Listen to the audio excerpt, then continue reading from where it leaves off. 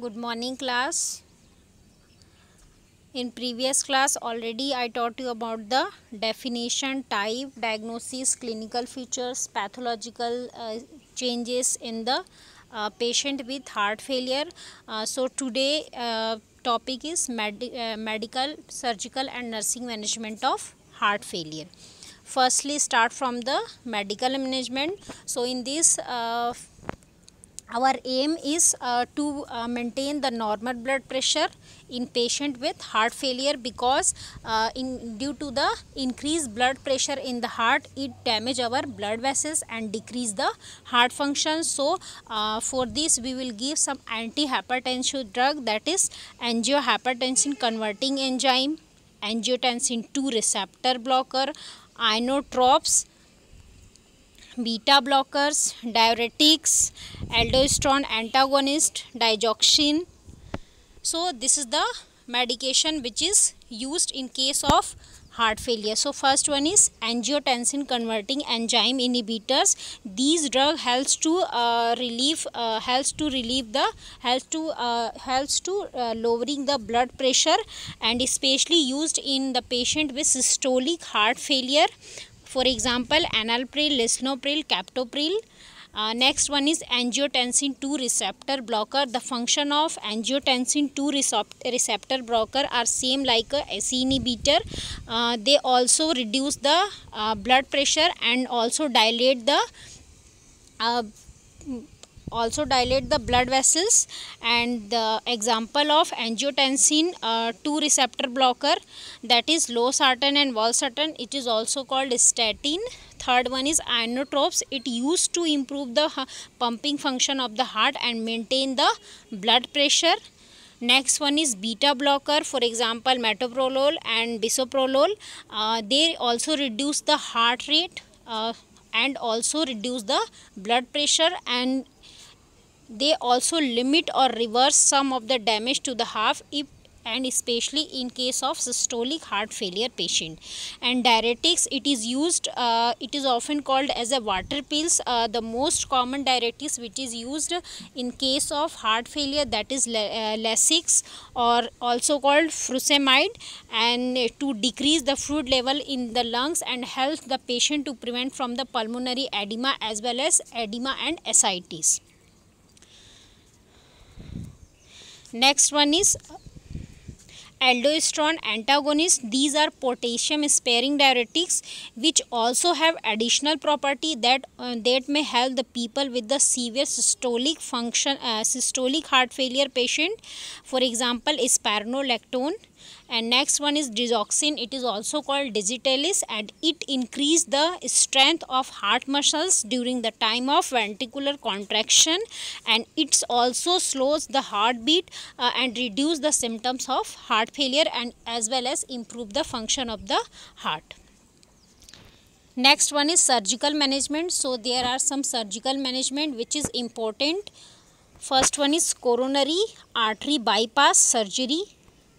Next one is heart valve replacement or repairment. Third one is implantable cardioverter defibrillator. Next one is cardiac contractility modulation. Next is cardiac resynchronization therapy or biventricular pacing. And next one is ventricular assisted device, that is called VAD. And last one is heart transplant. So I will deal it one by one. First one is coronary bypass surgery, that is also called CABG.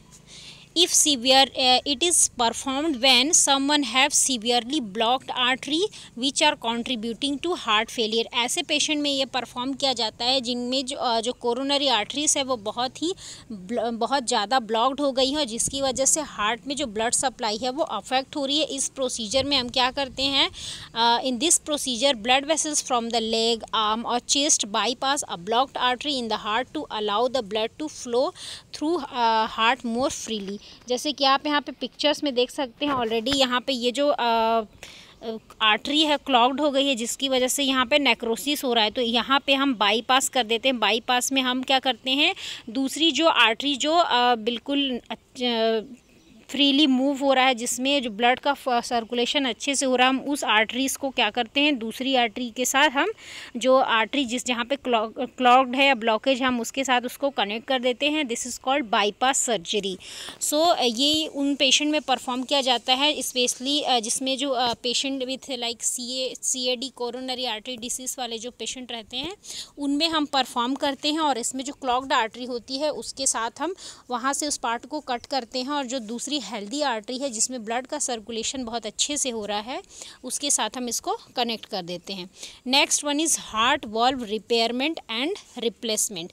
दो options हैं यहाँ पे, repayment and replacement. अगर patient का जो heart है किसी भी तरह का, उसके जो लीफलेट्स में अगर वो डैमेज हो गए हैं या बल्ज हो गए हैं, प्रोलैप्स हो गया है उनमें, तो हम क्या करते हैं, उन जो वॉल्स हैं उनके लीफलेट्स को हम रिपेयर करते हैं। That is called heart valve repayment. And next one is replacement. Replacement में हम क्या करते हैं, जो आर्टिफिशियल वॉल रहते हैं वो हम डिसीज़ जो वॉल है उसको हम रिमूव करके आर्टिफिशियल वॉल प्लेस करते हैं। That is called heart wall placement. क्योंकि हार्ट वॉल्स में अगर किसी भी तरह का डैमेज है या किसी भी तरह की प्रॉब्लम है, तो हार्ट के वॉल क्या करते हैं, हमारे जो हार्ट में ब्लड का फ्लो हो रहा है उसको एक डायरेक्शन प्रोवाइड करते हैं। तो यहाँ पे हार्ट के वॉल्स को भी ठीक करना उतना ही इम्पॉर्टेंट है। तो इसके लिए हमारे पास दो ऑप्शंस होते हैं। First one is valvoplasty, there is repairment of valve, and second one is valve replacement with the artificial valve. जैसे कि आप यहाँ पे डायग्राम में देख सकते हैं, यहाँ पे मिट्रल वॉल जो है वो प्रोस्थेटिक यानी कि आर्टिफिशियल लगाया गया है। Next one is implantable cardioverter defibrillator. It is a device which is same like a pacemaker. इसको हम स्किन के अंदर चेस्ट में हम इसको इम्प्लांट करते हैं with the wires that leads through the veins and into the heart. And ये क्या करते हैं, हमारे हार्ट रेट्स को मॉनिटर करते हैं। If heart start beating at a dangerous rhythm, अगर हमारा जो हार्ट है उसका वो जो उसका रिदम है वो अगर वो इरेगुलर हो गया है, और if heart stop then it try to pace the heart और shock it back to the normal rhythm. ये यानी कि ओवरऑल क्या करता है, हमारे हार्ट के जो रिदम्स हैं उनको रेगुलेट करने और मेंटेन करने का काम करता है। It can also function as a pacemaker and speed heart if it is going to slow. अगर हार्ट बहुत ही स्लो वर्क कर रहा है तो ये हार्ट को स्पीड अप भी करता है। साथ ही साथ अगर हार्ट का रिदम स्टॉप हो गया है या हार्ट का जो रिदम है वो इरेगुलर हो गया है या फिर हार्ट वर्क करना बंद कर रहा है, तो ये हार्ट को क्या करता है, उसके जो रिदम है उसको मेंटेन करता है, और उसको साथ ही साथ उस जो हार्ट के फंक्शंस को भी ये क्या करता है, सपोर्ट करता है। सो this is the picture of implantable cardioverter defibrillator. तो यहाँ पे आप देख सकते हैं, यहाँ पे प्लेस किया गया है, वायर के साथ में है, इलेक्ट्रोड इंसर्ट किए गए हैं into the vein leading to the heart. इसके जो इलेक्ट्रोड्स हैं वो हार्ट में जो वेन्स गई हैं हुए उसमें इनको इंसर्ट कर दिया जाता है और कनेक्ट कर दिया जाता है। ये आपका हो गया ICD।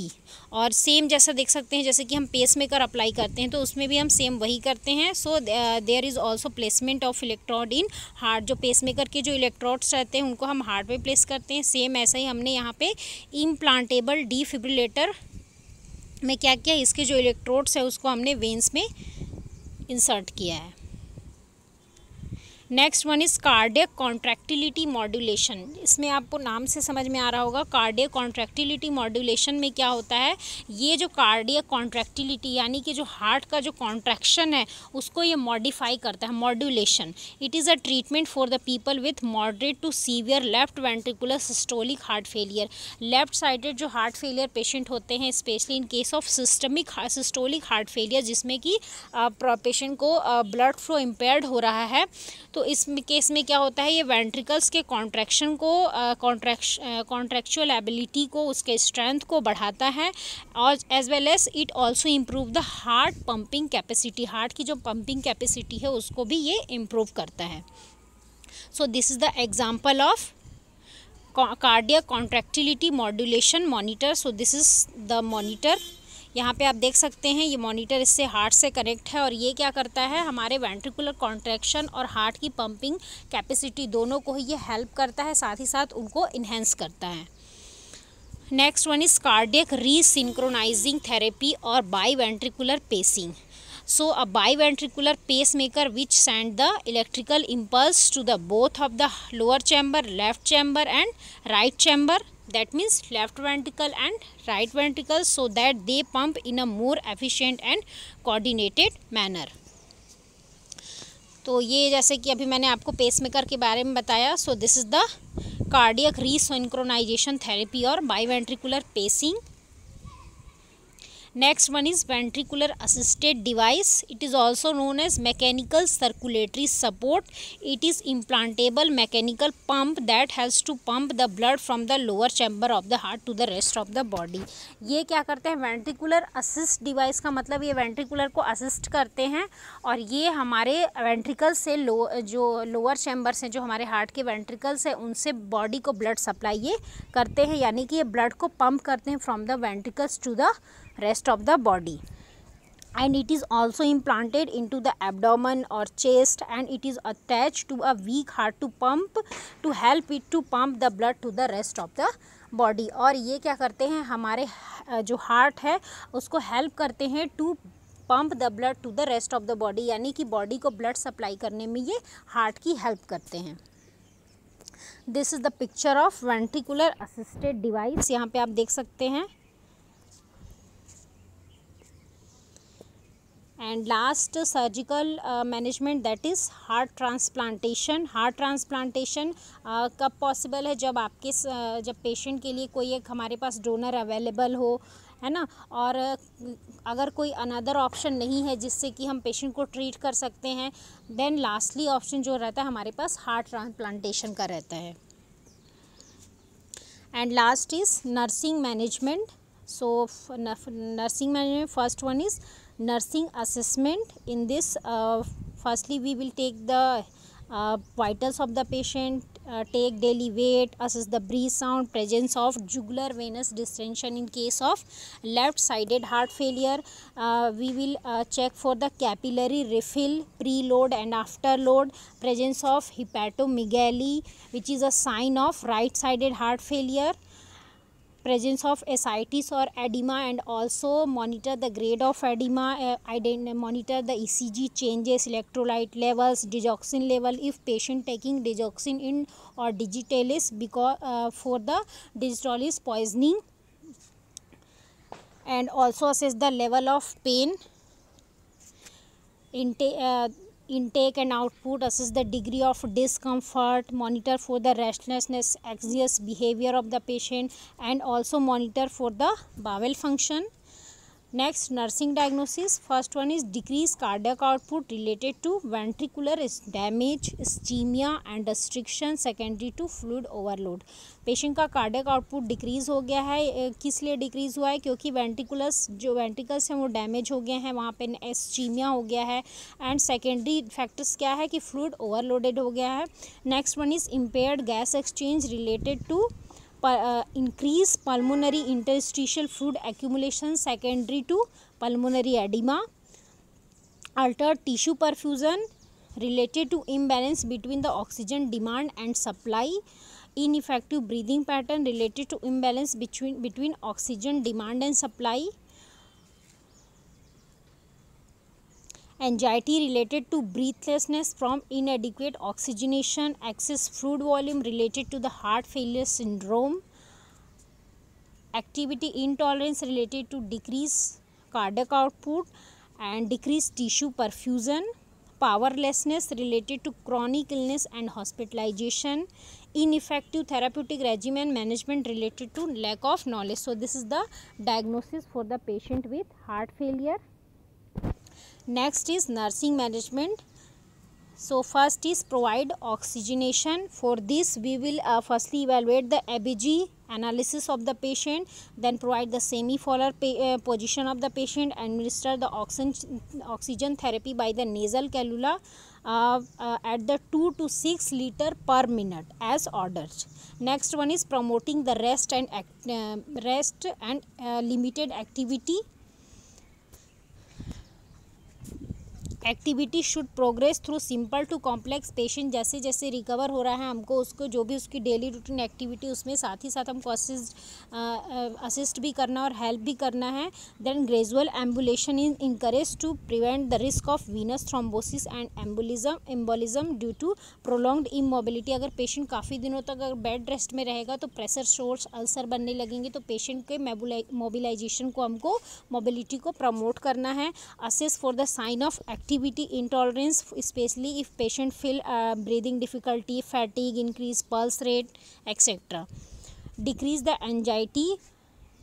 For this we will allow the verbalization of the feeling by the patient, identify the strength of the patient, and also provide emotional support and psychological counseling to the patient and family. Provide skin care to prevent from the bad sore, ulcers. For this we change the position of the patient frequently, especially in 2 hours. Use protective device to protect the pressure source. Then facilitate the fluid balance. Advise to take the control of sodium intakes. Administer the diuretics to relieve from the edema and retention of fluid in the body. Monitor the intake, output, weight, vital signs. And next one is dry phlebotomy. So there is rotating tourniquet is applied. Promote the nutrition of the patient. So provide low calorie, low residue with vitamin supplement during the acute phases of recovery. Then frequent small feeding which minimize the exhaustion and reduce the gastrointestinal blood requirement.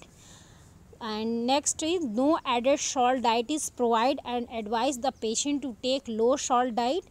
Promote the elimination. For this we will administer the diuretics, especially use drug like furosemide, spironolactone, which is a potassium sparing diuretics.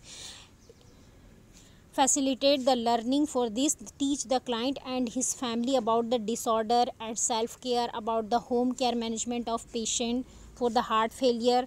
Monitor sign and symptoms for recurrence of CHF.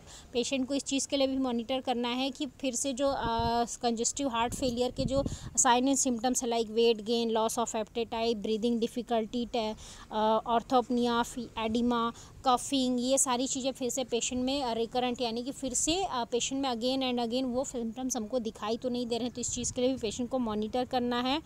Avoid fatigue and balance rest with the activity. Track the prescribe medication at the regular basis. Next one is how to treat high blood pressure. यहाँ पे जो patient heart failure वाला जो patient maximum उनमें high blood pressure की problem होती है, तो हमको पेशेंट को कुछ हाई ब्लड प्रेशर को हम कैसे मेंटेन कर सकते हैं, कैसे उस चीज़ से हम खुद को प्रिवेंट कर सकते हैं, इसके लिए भी पेशेंट को काउंसलिंग कर देना है, उसके फैमिली को टीच करना है. So for this first one is major is healthy life style. Second one is weight loss, quit smoking, perform or do physical activity, be active, take fruit and vegetables. Treatment of hypertension with drug. Limit alcohol intake or avoid alcohol. Reduce the salt intake. Prevent from the diabetes. Next we will talk about the nutritional or dietary management of patient with heart failure. So for this cardiac diet, it is an unofficial term for a heart healthy diet, but we can call cardiac diet too. So for this a healthy heart patient is advised to take low salt, low cholesterol and diet which is high in fiber.